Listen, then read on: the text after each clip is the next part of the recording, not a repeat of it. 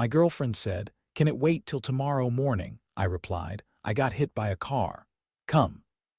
Then I let Dave cover the night, had surgery without her, saved the party post about priorities, packed my things while she was at yoga, and watched as the screenshot reached my workplace. Welcome to Family Tales. My girlfriend chose her friend's birthday over being there when I had a serious accident.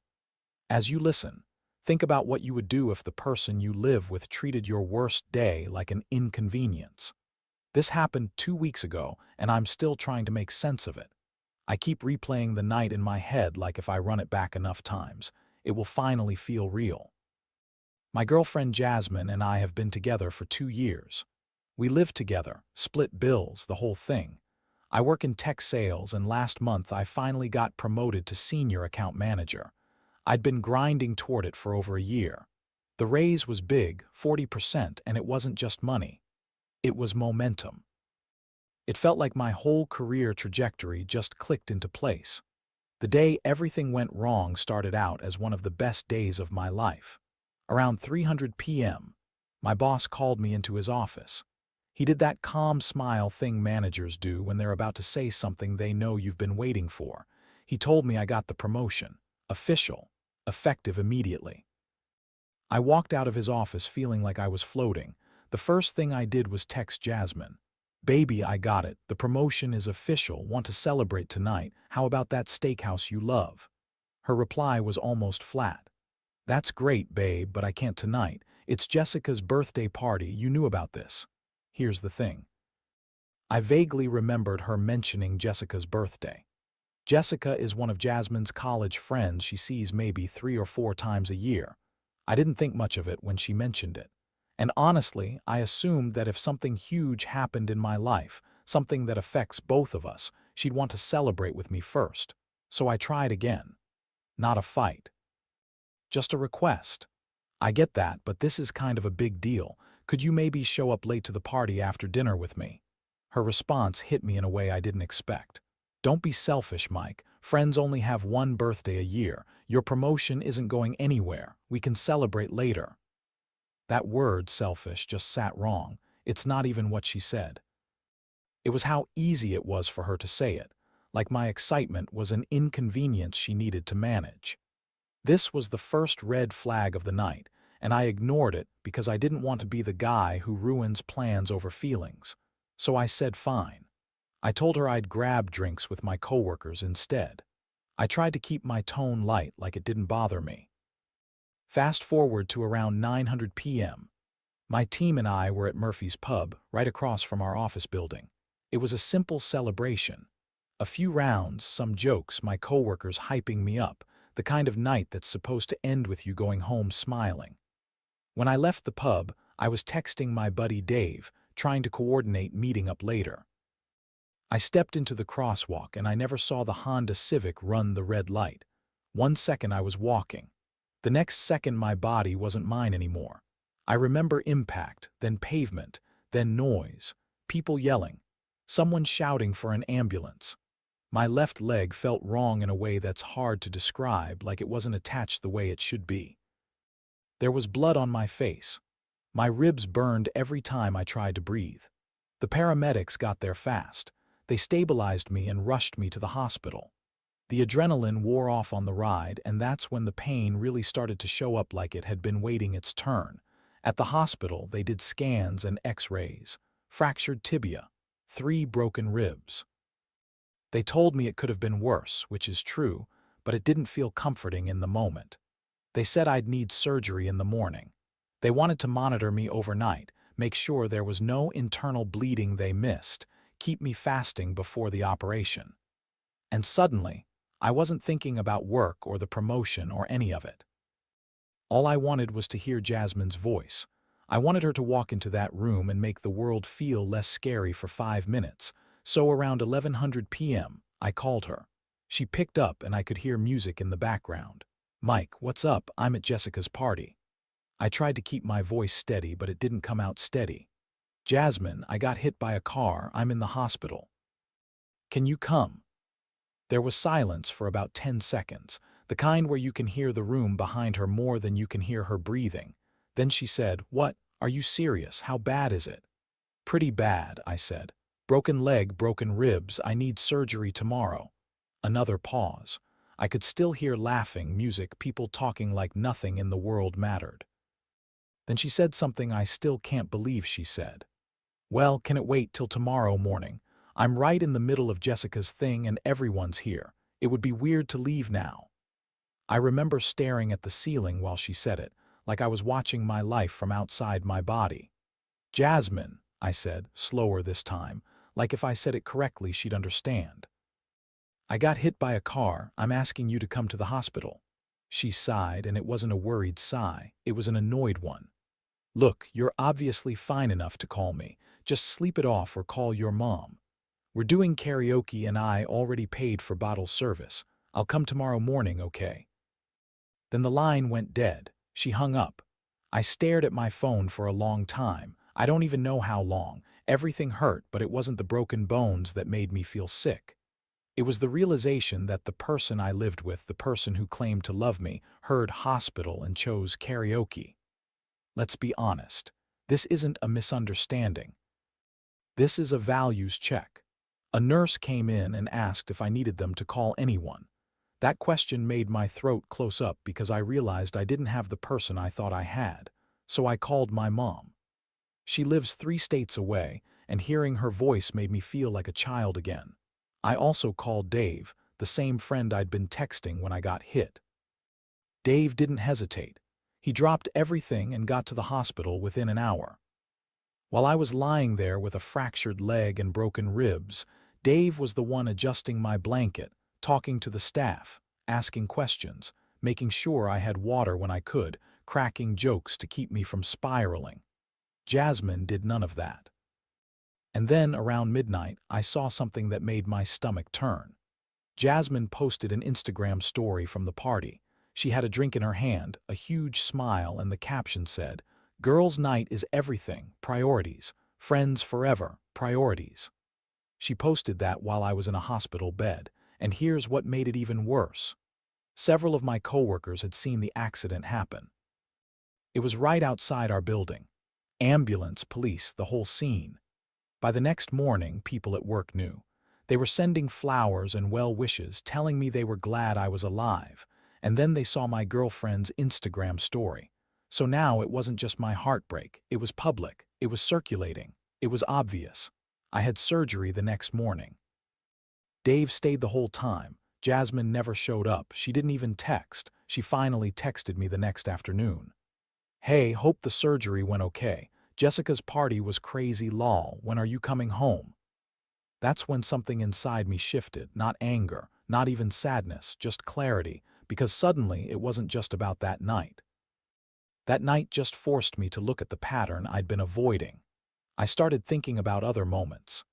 When I graduated with my MBA 2 years ago, Jasmine skipped my graduation dinner because her friend group planned a wine tasting. When my grandfather died last year, she came to the funeral, but left early because her college roommate was in town. There was always someone else, always another plan, always a reason she couldn't fully show up. I was still in the hospital then, day 3 post-surgery, staring at the ceiling and thinking one question over and over. If you can't show up when your partner is literally in an emergency room, when exactly will you show up? Jasmine visited once for about 20 minutes. She spent most of it on her phone and complained that the parking garage was expensive.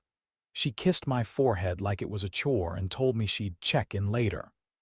I wish I could say that was the moment I ended it, but the truth is, I still wanted to believe I was overreacting. I wanted someone to tell me this was fixable. When I got discharged, it didn't get better. Jasmine picked me up, but she spent the whole car ride complaining about leaving work early and how the parking fees were adding up. Not once did she ask how I was feeling. Not once did she ask if I needed anything. The first 2 days at home were enlightening. I was on crutches. I could barely get around. I needed help with basic stuff like getting food, getting ice, moving things within reach. Jasmine's version of taking care of me was leaving a sandwich on the counter and telling me she was going out with friends because being cooped up is bad for her mental health. This is where I want to ask you something. If someone only cares about their comfort when you're in pain, what do they actually love about you? You or what you provide? By the third day home, I did something I probably should have done a long time ago. I made a list. Times Jasmine wasn't there when it mattered. My MBA graduation dinner, she chose wine tasting. My grandfather's funeral, she left early. My job interview for my current position, she chose brunch with her sister. This accident, she chose a birthday party and bottle service. Then I made another list. Times I dropped everything for her. I drove 4 hours to get her when her car broke down. I skipped my cousin's wedding to comfort her during a friend breakup. I left a work conference early when she had a panic attack. When I looked at those two lists side by side, it hurt in a clean way. Like a bruise you finally stop pretending isn't there. Then something happened that pushed it past personal. My coworker James stopped by with some documents I needed to sign. He's normally professional, but he was acting weird, like he didn't know if he should speak. Finally, he said, "Dude, I don't know if I should tell you this, but people around the office are talking." He told me Jasmine's Instagram post from the night of the accident had been making rounds at work. The timestamp showed she posted it around midnight, right after I called her from the hospital. Someone screenshot it before she could delete it. Apparently, the reaction was universal. Shock, disgust, people calling it cold, people saying they wouldn't treat an ex like that, let alone a partner. And Jasmine had no idea people knew. She thought she'd been subtle, or she simply didn't see what she did as wrong. She even said to me later, "I think people at your work don't like me. They're being weird when I stop by." That was the moment I realized something important. She didn't feel remorse. She felt inconvenience. That night I called Dave and asked him if he could help me move out that weekend. I couldn't lift anything heavy with my leg, but I could pack and I could direct. Dave didn't hesitate. He said yes immediately. I found a small one-bedroom apartment across town that allows short-term leases. It wasn't fancy, but it was mine. It felt like air. I didn't tell Jasmine. I acted normal. I smiled. I nodded. I saved my energy for getting out. Saturday came. Jasmine went to her weekly yoga class. Dave and 2 other friends showed up. They packed quickly. I mostly sat in a chair and supervised, feeling half embarrassed that I needed help and half grateful that I had people who would actually show up.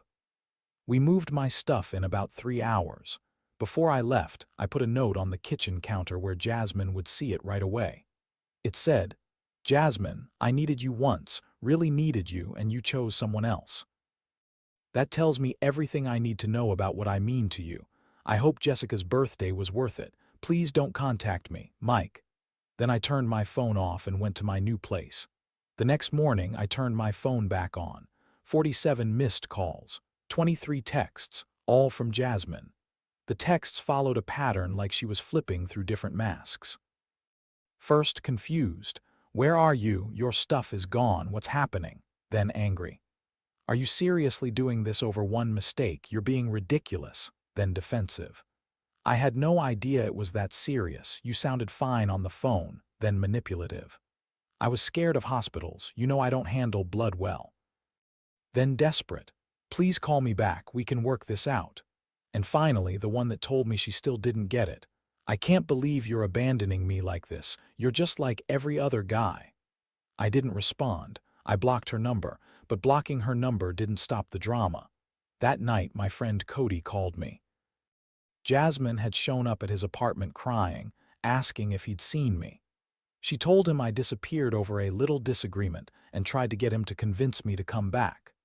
Cody told me later, he said, "Jasmine, the whole friend group knows what happened. Mike got hit by a car and you chose a party. That's not a little disagreement. Not to anyone but you." She stood there for a second, said, "It wasn't like that," and left.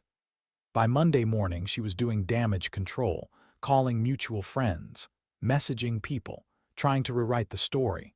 She said I was emotionally manipulative. She said I was controlling.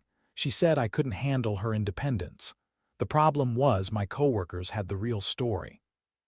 And that screenshot of her Instagram post was still circulating. The more she pushed her version, the more people pulled away. Even Jessica, the birthday girl, reached out to me directly. She told me Jasmine never told her about my accident during the party. She said if she'd known, she would have told Jasmine to leave immediately. She said no party is worth that, and then she said something that stuck with me. I'm horrified she used my party as an excuse. After that, I started hearing about how Jasmine was being left out. Group chats going quiet when she spoke. Weekend plans happening without her, people dodging her calls, and at work it got even more messy. Someone shared the story in a company Slack channel without names, like a "what would you do" scenario. The response was basically everyone saying the same thing, that if someone can party while their partner is in the ER, something is wrong with them. Then people started connecting dots, because people always connect dots. Jasmine's reputation started taking hits, even at her own job. Our companies do business together. Networks overlap. Someone heard the story through a mutual client, then it spread. The cold shoulder started following her. On Wednesday, Jasmine showed up at my new apartment. I saw her through the window and almost didn't answer, but I knew hiding forever wasn't realistic. I opened the door and stood in the doorway. I didn't invite her in. She looked awful, like she hadn't slept in days. "We need to talk," she said. "There's nothing to talk about," I said. She started crying immediately. That night I made a mistake. I was drunk and I panicked. I didn't understand how serious it was. "You hung up on me," I said. I know, but I can change. I'll be better." Here's what got me. She was crying, but it didn't feel like grief. It felt like performance, like she was crying because the script called for tears, so I asked her something simple. "Jasmine, when is the last time you asked me how I'm feeling? Physically, emotionally, anything?" She opened her mouth and then closed it. She couldn't answer. I said, "I have 3 broken ribs and a fractured leg. I can barely sleep because of the pain. I'll be in physical therapy for months. And in the 2 weeks since this happened, you haven't once asked how I'm dealing with it. Even now, standing here, you haven't asked." She cried harder, but I was already done. "You taught me something important," I said. "You taught me the difference between someone who loves you and someone who's just comfortable with you being around." Then I closed the door. She stood outside for about 10 minutes, knocking softly, then just standing there. Eventually she left. And the crazy part is, I felt lighter. Like I'd been carrying a weight I didn't even notice until it was gone. Dave came over later with pizza. We watched something stupid and talked like old times. He told me I seemed more like myself than I had in years. I realized he was right. Physical therapy started the next week. Work was supportive. Friends checked in. My apartment was small but peaceful. I kept thinking about what would have happened if I stayed, if I accepted her apology and tried to make it work. Would she have changed? Or would I have taught her that she could treat me like an afterthought and I'd always come back? I think I knew the answer. Then, just when I thought it was done, she showed up again. It had been almost a week. I was doing okay, healing, working from home, reconnecting with friends I'd lost touch with while dating her. Dave pointed out I'd become isolated and I hadn't even realized it. Yesterday, around 6:00 p.m., there was a knock at my door. I looked through the peephole and saw Jasmine holding a care package, one of those fancy baskets with snacks and tea. Part of me wanted to ignore it, but I opened the door. She held out the basket. "I brought you something. For your recovery." "That's thoughtful," I said flat, "but I don't need anything." "Mike, please," she said. "Can we just talk 5 minutes?" Against my better judgment, I let her come in. She sat on my couch and I stayed standing, partly because sitting still hurts, but mostly because I didn't want this to feel comfortable. "I've been doing a lot of thinking," she said. "I realize I haven't been a good partner to you." I didn't respond. I just waited. "I talked to my therapist," she continued, "and she helped me see I have this pattern of putting other people first because I'm afraid of confrontation. Like I was afraid if I left Jessica's party, she'd be mad at me." I sat down across from her. "So you were more afraid of Jessica being mad than me being hurt," I said. She was quiet for a moment, then nodded. "When you put it like that." "Yes, and that's messed up. I know that now." I asked her, "Do you remember what you said when I called you from the hospital?" She swallowed. "You told me you got hit by a car and I told you to sleep it off or call your mom." "I was calling you because I was scared," I said. I needed the person I loved to be there before surgery, and you treated it like a random headache. She started crying again, and this time it felt different, less performance, more shame. I replay that conversation every day, she said. I hate myself for it. I don't want you to hate yourself, I said. But I also can't be in a relationship where I come second to everyone else. You don't, she said quickly. You're the most important. I looked at her and asked the question that had been sitting in my chest for years. Name one time in the past year where you chose me over someone else when it mattered. She opened her mouth. Closed it, same as before. I said, I can name a dozen times I chose you, over family events, work opportunities, friendships, but I can't think of a single time you did the same for me. She was really crying now. I can change, she said. I can be better. Maybe you can, I said, but not with me. She blinked like she didn't understand. What does that mean? She asked. I took a breath.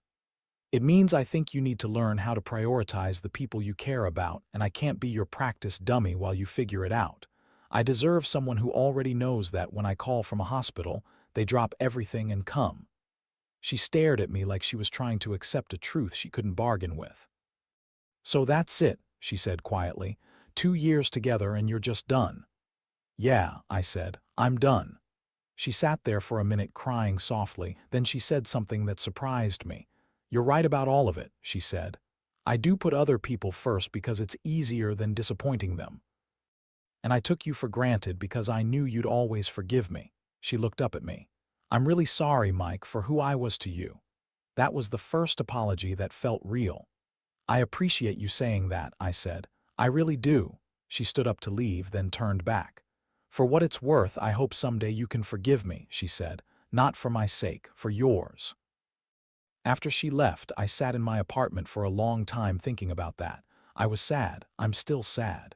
2 years is still 2 years. You don't erase it overnight, but I wasn't regretful. My ribs are healing. My leg is getting stronger. Physical therapy is helping. I start a new project at work next week. Dave and I are planning a guys' weekend next month when I'm fully mobile again. I'm rebuilding the parts of my life I let shrink while I made space for someone who didn't make space for me. And I keep coming back to the same thought. If I had stayed, I wouldn't have taught her how to love me. I would have taught her how little love I would accept. Lesson 1, if someone can't show up when you're scared and hurt, it's not a small flaw. It's a character issue. Lesson 2, pay attention to patterns, not promises. A sincere apology matters, but consistency matters more. Lesson 3, if you're always the one sacrificing, supporting, and adjusting, you're not building a partnership. You're carrying one. Lesson 4, your friends can reveal the truth faster than your heart can. If the people who love you are shocked, listen. Lesson 5, leaving can hurt and still be the healthiest choice. Sad is not the same as wrong. What would you have done if your partner stayed at a party while you were in the emergency room? And do you think someone like Jasmine can truly change, or does it take losing the relationship for the lesson to stick?